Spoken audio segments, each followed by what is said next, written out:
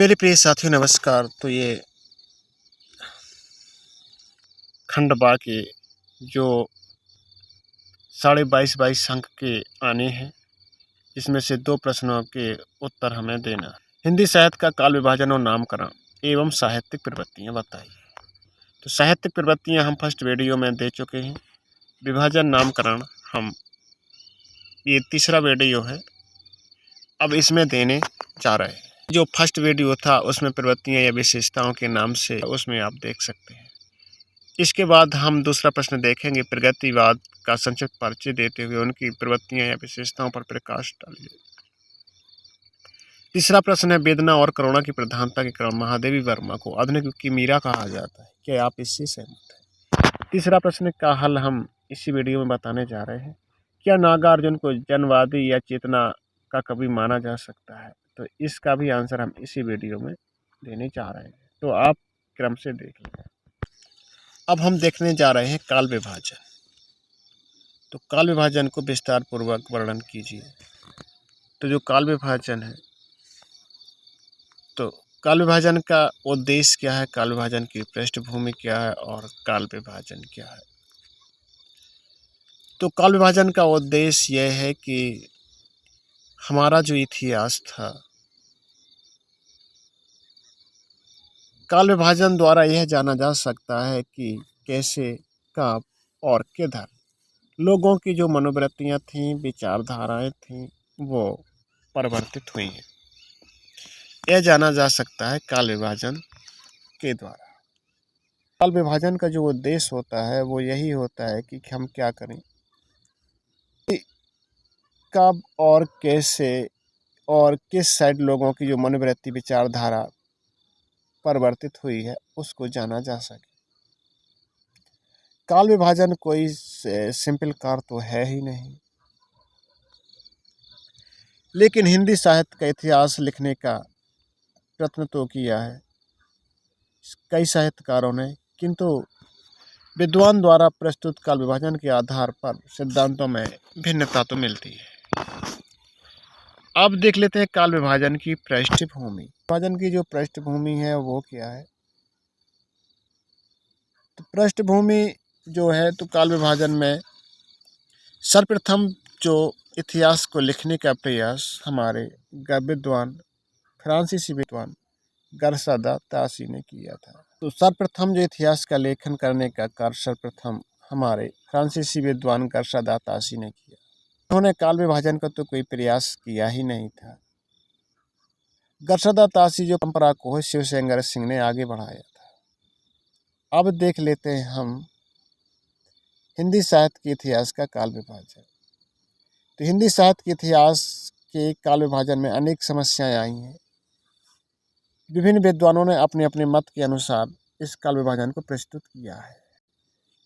अब जो doctor Grierson द्वारा जो काल विभाजन था, वो सर्वप्रथम ग्रियर्सन ने modern vernacular literature of Hindustan में काल विभाजन करने का प्रयास किया है।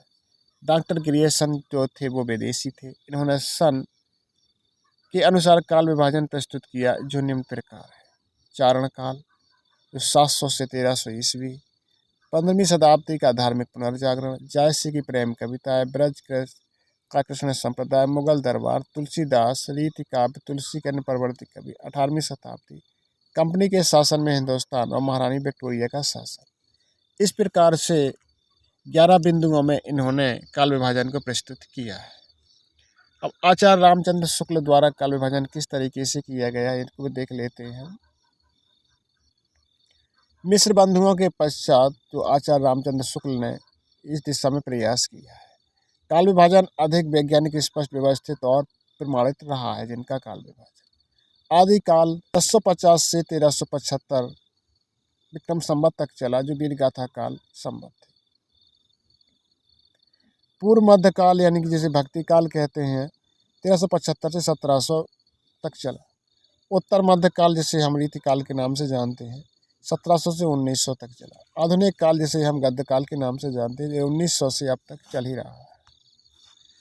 आचार्य रामचंद्र शुक्ल ने जो नामकरण था वो प्रवृत्ति विशेष के आधार पर किया था, क्योंकि इस काल में वीर गाथाएं लिखी गई थीं भक्ति काल में प्रवृत्तियों की अधिक रही है, इसलिए पहले उसे निर्गुण तथा सगुण दो भागों में विभाजित किया गया। तत्पश्चात ज्ञानाश्रयी और प्रेमाश्रयी की शाखाओं में विभाजित और सगुण को रामाश्रयी कृष्णाश्रयी को दो उपशाखाओं में विभाजित किया।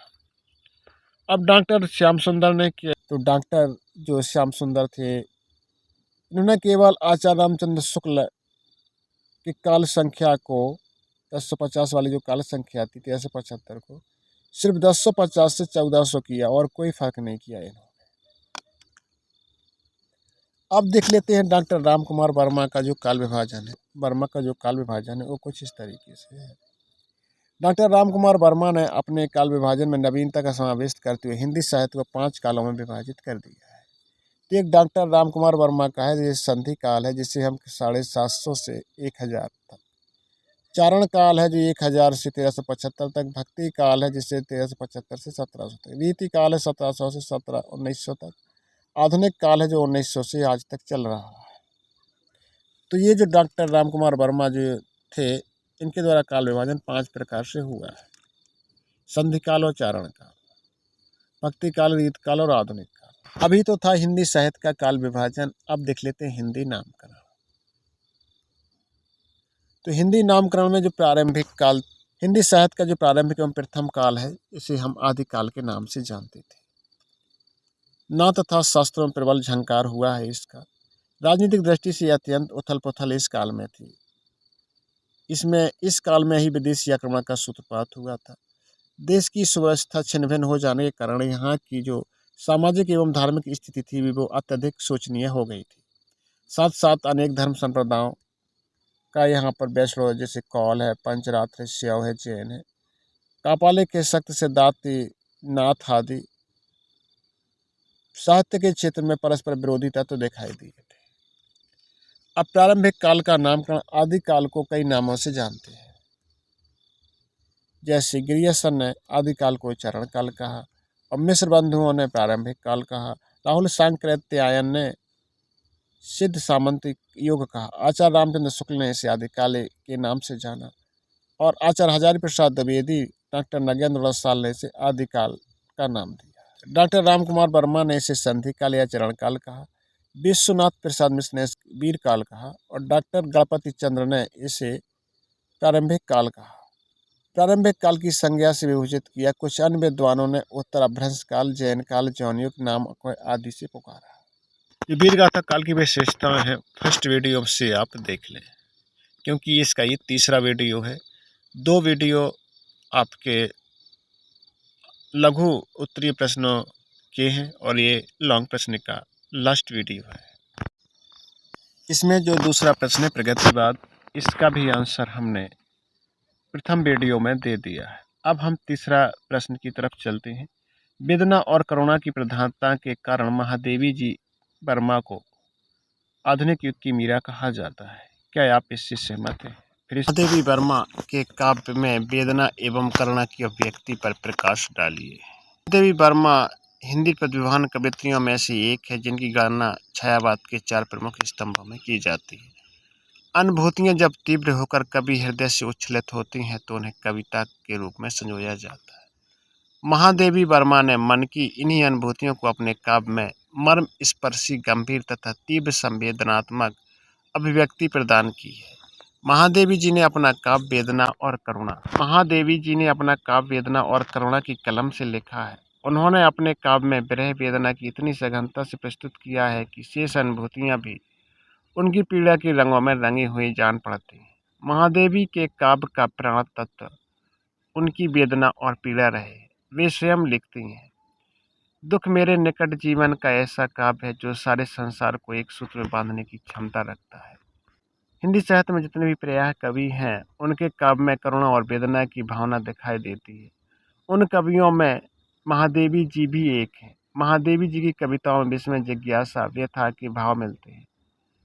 कवयित्री के गीतों के अनुभूति और विचार के धरातल पर एक अमृत मिलती है। वेदना, पीड़ा एवं करुणा मानव की वे प्रवृत्तियां हैं जिनका संबंध हृदय के कोमल पक्षों से होता है। करुणा और सहानुभूति जीवन का एक ऐसा वरदान है जो मानव को मानव के साथ अनुभूति के एक ही संबंध में बांध देता है। महादेवी जी कहना चाहती हैं कि मानव का जो पीड़ा है और करुणा का संबंध हमारे हृदय से होता है, क्योंकि हृदय हमारे इस दुख को अनुभूति करता है और यही एक संबंध हमारे इसमें बांध देता है। सबकी सुख की अनुभूति एक समान है, दुख सबको भोगना पड़ता है, अतः एक दूसरे के साथ सहानुभूति। ये भी कहती हैं कि जो हमारा दुख होता है, दुख की अनुभूति चाहे कोई भी हो उसके लिए एक समान ही है और ये एक दूसरे की सहानुभूति भी। महादेवी की जो ब्रह वेदना में निश्चलता है और सात्विकता के दर्शन भी होते हैं। ब्रह रूपी संगीत महादेवी की आत्मा को झंकृत कर देता है तथा वेदना इनके जीवन का प्रकाशमान कर। तो महादेवी जी की जो वेदना है वो निश्चल है और सात्विकता के दर्शन भी इसमें होते हैं, जो महादेवी जी की आत्मा को हिलाकर रख देता है। तो वेदना इनके जीवन को प्रकाशमय कर देती है। ब्रह की सात्विकता में महादेवी की कविताओं में विश्व वेदना बन जाती है। उनके प्रथम काव्य संग्रह निहार के एक गीत में विरह जन व्याकुलता के साथ संयोग की इच्छा छिपी हुई, जो हम इस तरीके से उभरकर सामने आ जाते। जो तुम आ जाते एक बार कितनी, जो तुम आ जाते एक बार कितनी करुणा, कितने संदेश पद में बिछ जाते बन पराग, गाता प्राणों का तार तारे अनुराग भरा उन्माद राग, छा जाता जीवन में बसंत लुट जाता चिर संचित विराग, आंखें देती सर्व स्व स्वार। देवी जी हमें अपनी पीड़ा बता रही हैं, अपनी ब्रह की पीड़ा व्यक्त कर रही हैं। कह रही हैं कि शांत और गंभीर पीड़ा थी हृदय में, चिर विरह की भावना के कारण जो महादेवी की कविताएं उनके हृदय की करुणा दिखाई देती है। करुणा से भरी होने के कारण महादेवी जी की जो वेदना है परिष्कृत रूप में भी अभिव्यक्त हुई है। महादेवी जी स्वयं कहती हैं, ऐसा काव्य जो संसार को एक सूत्र में बांध रखने की क्षमता रखता है, हमारे असंख्य सुख चाहे मनुष्यता की पहली सीढ़ी तक भी न पहुंचा सके, किंतु हमारा एक बूंद आंसू भी जीवन की अधिक मधुर, अधिक उर्वर बनाए नहीं गिर सकता है। महादेवी जी ने अपने काव्य में एक तरफ तो भारतीय नारी को असंतोष, निराशा और आकांक्षा का स्वर मुखरित किया है और उनकी कविताएं मैं नीर भरी दुख की बदली विरह वेदना का नाम ले, मैं विरह में चिरलीन हूँ, मैं अपने सोनेपन की रानी हूँ मतवाली, तुमको पीड़ा में ढूंढा है। आदि में उन्होंने वेदना, करुणा, विरह और दुख की अभिव्यक्त किया है। महादेवी के काव्य में तो विरह वेदना हमें देखने को मिलती ही है, वह उनकी अश्रुधारा बनकर सीधे पाठक के हृदय को प्रभावित कर रही है। वे एक जगह स्वयं को मैं नीर भरी दुख की बदली कहती हैं। महादेवी जी के काव्य में जो विरह दिखाई देता है वह अपने प्रीतम से मिलने की आतुरता के कारण है। निहार महादेवी के किशोर जीवन की वह रचना है जिसमें उनका मन प्रणय और पीड़ा के वशीभूत हो रहा था। कवित्री का मन एक ऐसा अनोखा संसार बसाना चाहता जहाँ वेदना और मधुर धारा बह रही। जो महादेवी जी हैं वो अपने प्रीतम से मिलने की आतुरता में विरह वेदना से भरी हुई है। उनकी पीड़ा शांत नहीं हो रही है, बार बार उनके कविताओं में निकलकर सामने आ रही है। और निहार जो रचना थी उनकी पहली रचना थी, इनमें उनका मन जो प्रणय हो जाता है, ये उनके यौवन अवस्था की रचना है। जो कवित्री हैं एक अनोखा संसार बसाना चाहती हैं और जहां उनकी वेदना की मधुर धारा। फिर महादेवी जी ने अपनी पंक्तियों में कहा है कि चाहता यह पागल प्यार अनोखा एक नया संसार, कलियों की उच्छ्वास सुन में तने एक बेतान, तू हिन कणों पर मृदु कंपन से सेज बिछा देगा। महादेवी जी की वेदना व्यक्तित्व है, किंतु युग की सार्वजनीनता और सार्वदेशिकता की अंतरता भी उन्हें सहज समाप्त हो गई है। महादेवी जी की जो वेदना है यह सार्वजनिक है और इसमें से सब कुछ खत्म सा हो गया है उनके अंदर से। उनकी समस्त कृतियाँ इस दुखवाद की एक छत निर्वाह हम देखते हैं। पीड़ा हट्टी से महादेवी के काव्य में स्वमेव ही आ गई है, जिसे वे समारती भी है, संजोती चलती हैं और वे अपने को वेदना की रानी कहती हैं। अपने इस सूनेपन की हूँ मैं रानी मतवाली, प्राणों का दीप जलाकर करती रहती रखवाली। वर्मा की जो कविताएं हैं निजी जीवन से संबंधित हैं। इसमें सुख, दुख, करुणा, आनंद और हास्यरुदन को खुलकर अभिव्यक्ति हुई है। महादेवी की जो काव्य है ये विरह वेदना तो इसमें है ही है, दूसरी ओर इसमें आशामयी जीवन भी है। वे दुख में भी अपना सुख देखती हैं और अपने प्रिय का स्मरण करते हुए खिल उठती हैं। नैनों में आंसू हैं और हृदय में सिहरन है, पुलक पुलक और सिहर सिहर तन, आज नयन आते क्यों भर है। महादेवी वर्मा की कविताएं में जो अभिव्यक्ति प्रेम और विरह का भावना इतनी गहन अलौकिक है हो गई है कि रहस्यवाद की सीमा तक पहुंचती है। जब कोई कवि किसी संसारी व्यक्ति की अपेक्षा किसी अव्यक्त, अगोचर और असीम सत्ता के प्रति अपनी भावनाओं को व्यक्त करता है तो उसे रहस्यानुभूति तथा रहस्यवाद कहा जाता है। तो महादेवी की जो रचना है करुणा के मूल में ब्रह्मा से वियोग भाव ध्वनित होता है और कहा जा सकता है कि ब्रह्मा प्रिय की खोज में महादेवी अंतर्मुखी हो गई। उनके काव्य का मूल द्रव करुणा से सिक्त हो उठा है। संयोग और वियोग की ऐसी कुछ ताने बानी के बीच महादेवी का जीवन चल रहा है कि हालांकि वह संयोग की नहीं चाहती, उनमें वियोग है, किंतु अलौकिक के प्रति संयोग की भावना भी इसलिए उनका काव्य रहस्यमय हो उठा है। महादेवी जी की वेदना संसार में जहाँ एक ओर विश्व कल्याण का स्वर है, वहीं दूसरी ओर असीम के चिर वियोग से उत्पन्न पीड़ा की गूंज भी है। कवित्री महादेवी वर्मा की वेदना अनुभूति और मानवीय एवं आध्यात्मिक दोनों आधार भूमियों पर वेदना का निरूपण किया गया है। निष्कर्ष के रूप में कहा जा सकता है कि महादेवी ने जिन भावों को केंद्र बनाकर कविता का सृजन किया है वे मूलभूत भाव वेदना, प्रेम, रहस्य और दर्शन है। कवित्री ने अपने भाव में अपने निजी जीवन और जगत से उपलब्ध सुख, दुख, हास्य, रुदन, हर्ष, शोक तथा आनंद और करुणा की अभिव्यक्ति की है। उनके काव्य में विरह, वेदना और प्रेम की मुख पीड़ा अत्यंत मार्मिक थी। अपनी विरहानुभूति, कल्पना, करुणा, सात्विकता, भाव, दैर्घ्य, आशावादी दृष्टिकोण आदि सम्मिलित करते हुए महादेवी जी ने अपने काव्य को सुसज्जित किया है। उनकी विरहानुभूति को देखकर उनकी आधुनिक काव्य की मीरा भी कहा जाता है। ये अगला प्रश्न है जिसमें हम नागार्जुन को जन कवि कहते हैं। विरगतवादी कविता के शीर्ष स्तंभ नागार्जुन की काव्य चेतना का सबसे सबल पक्ष सामान्य जनजीवन के साथ उनकी सक्रिय हमदर्दी है।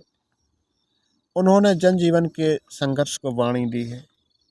वह निराला की परंपरा को आगे बढ़ाते हुए नागार्जुन ने सभी शोषक और अत्याचारी पर चोट की है, फिर वह चाहे किसी वर्ग का क्यों न हो। इस दृष्टि से नागार्जुन सच्चे अर्थों में एक स्वाधीन भारत के प्रतिनिधि कवि या जन कवि माने जाते हैं। मतलब नागार्जुन ने क्या किया है कि चाहे किसी पक्ष के हों या किसी वर्ग के लोग हों, यदि जनता के साथ लोगों ने शोषण किया, अत्याचार किया, तो उनको इन्होंने बहुत बड़ी चोट दी है। मानव जीवन के एक संघर्ष को हमदर्दी सिखाई है, हमदर्दी दी है और संघर्ष को एक वाणी दी है। कबीर व निराला की परंपरा को इन्होंने आगे बढ़ाया है, किन्होंने, नागार्जुन ने। और स्वयं नागार्जुन ने भी जनहित में लगी अपनी जनवादी प्रतिबद्धता को स्वीकार भी किया है और कहा, जनता मुझे पूछ रही है क्या बतलाऊं, जन कवि हूं मैं, साफ कहूंगा क्यों हकलाऊं। अब जन चेतना का इसमें मूल प्रतिपाद्य क्या है, तो नागार्जुन ने जो अपनी रचनाओं में आज एक आदमी को दम तोड़ती जिंदगी तथा तकलीफों और संघर्षों की पूरी संवेदना के साथ उपस्थित किया है। तो नागार्जुन ने क्या किया है कि जो इनकी रचनाएं हैं, इन्होंने मनुष्यों की, जो लोगों की है, जिंदगी कैसे चल रही है, कितनी तकलीफें और कितने संघर्ष हैं, और पूरी तरह संवेदना के साथ इन्होंने उपस्थित किया है अपनी रचनाओं। इसके साथ उसमें अन्याय, दमन और शोषण से भी उपजी जो कटुता भी व्यक्त की है। जो अन्याय हो रहा है लोगों के साथ, जो दमन हो रहा है और शोषण हो रहा है, वो भी उन्होंने व्यक्त किया है। वे समाज के अंतर्विरोध को समझते हैं कि समाज में आपस में कहीं ना कहीं संघर्ष चलता ही रहता है। इस संघर्ष या इस अंतर्विरोध से जुड़े हुए जो अत्याचार होते हैं, उत्पीड़न का जो अनुभव करते हैं लोग, उसके लिए जिम्मेदार लोगों से तीव्र घृणा करते हैं। इस स्थिति को बदलकर न्याय और समता के आधार पर समाज की रचना करने वाली श्रमिक जनता से नाता जोड़ते हैं। सर्वहारा वर्ग के दृष्टिकोण छोटी छोटी आवश्यकताओं तथा सुकोमल भावनाओं को नागार्जुन को भली भांति समझते हैं।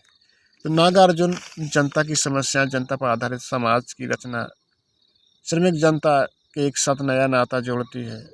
सर्वहारा सभी वर्ग के व्यक्तियों को उनकी छोटी छोटी आवश्यकताओं को, सुकोमल भावनाओं को नागार्जुन ने भली भांति समझा है। जैसे उन्होंने लिखा है, बीड़ी पिएंगे, आम चूसेंगे या मलेंगे देह में, साबुन की समझो टिकिया, लगाएंगे सर में चमेली का तेल, या हम उम्र छोकरी की टिकुली ला देंगे। ऐसी कविताओं के आधार पर जो डॉक्टर परमानंद श्रीवास्तव ने अपना अभिमत देते हुए कहा कि जनता के पक्ष में कविताएं लिखने वाले और भी हैं, पर जनता को अपने आत्मसात कर कविता लिखने वाले सिर्फ नागार्जुन अपने ढंग के सिर्फ अकेले कवि हैं। जनता के जीवन में हर दिन हर क्षण घटने वाला यथार्थ नागार्जुन की कविता में ही है। नागार्जुन प्रगतिशील कविता के आदर्श हैं और अपने जातीय समकालीनों के विशिष्ट भी है। इनकी प्रगतिशीलता वैचारिक मतवादी संप्रदायवाद का स्वरूप ग्रहण नहीं करती है। उनमें सहज तथा गौरव और समानता का संघर्ष साफ साफ दिखाई देता है, क्योंकि वे जानते हैं कि क्या है दक्षिण, क्या है वाम, और जनता को तो रोटी से काम। तो काव्य का नायक सर्वहारा वर्ग है। नागार्जुन की कविता में हथियारबंद क्रांतिकारी कभी नायक नहीं रहा। वे जब जब क्रांति करते हैं, चित्र खींचते हैं, तो हमेशा उसमें जनता की भूमिका को सर्वोच्च प्राथमिकता देते हैं। उनकी कविता लो देखो अपने चमत्कार को इस प्रभाव,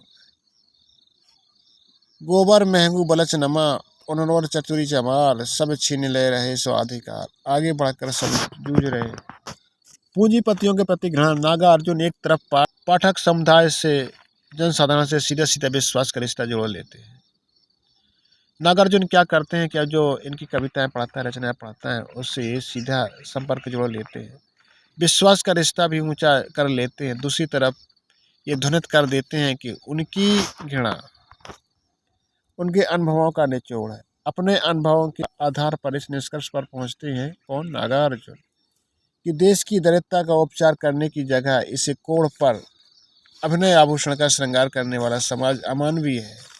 इस अमानवीयता से उन्हें धीर वैषम्य है और उनका यह रोष उनकी कविता में सबल व्याप्त है।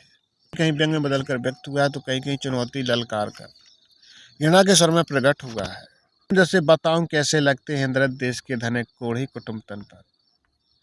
अब व्यक्तिगत परिस्थितियां ध्यातव्य है कि आपका जानते हैं कि नागार्जुन इस प्रकार के जो प्रखर कवि, जन चेतना कवि है। इनके पीछे उनका व्यक्तित्व तो उनकी अपनी परिस्थितियों का एक विशेष योगदान रहा है। वास्तव में यदि नागार्जुन दलित शोषित गरीब जन के सच्चे हितैषी हैं, इसलिए भी उन्हें बचपन से ही भयानक दैन्य दरिद्र तथा साक्षात्कार करते रहे। उन्होंने अपने आसपास के शोषण एवं अत्याचार को न केवल निकट से देखा है, अपितु स्वयं उसका अभिशाप भी भोगा है।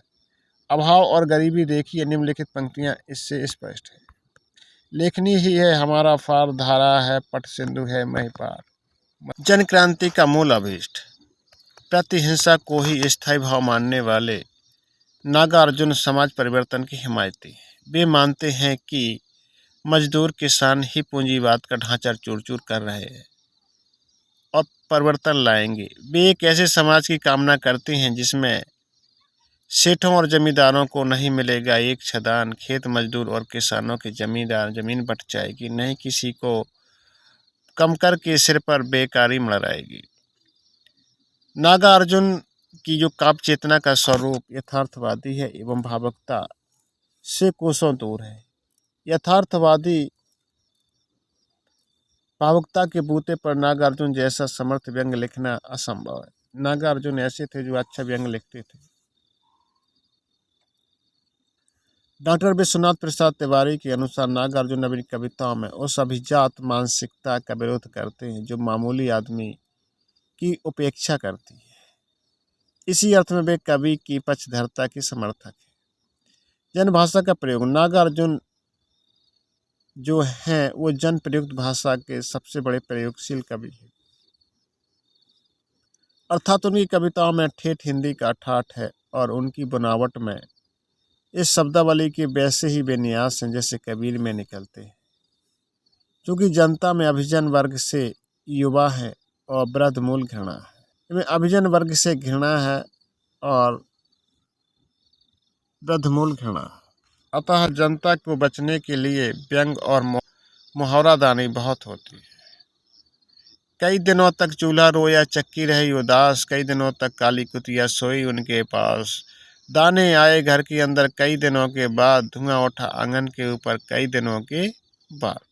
तो निष्कर्ष ये निकला कि दुनिया में जो पीड़ित हैं और प्रताड़ित व्यक्ति दुख दर्द से आक्रांत हैं, आतंकित हैं और शोषित व्यक्ति हैं, नागार्जुन ने कवि ने उसका पक्षधर होने का निर्णय लिया है तथा अपनी कविताओं में उन निर्णय का विद्वत निर्वाह किया है। जो जन कवि वह होता है जो आम जनता की आशा निराशा, विषय पराजय, सुख दुख आदि में पूर्ण रूप से सहभागी होता है।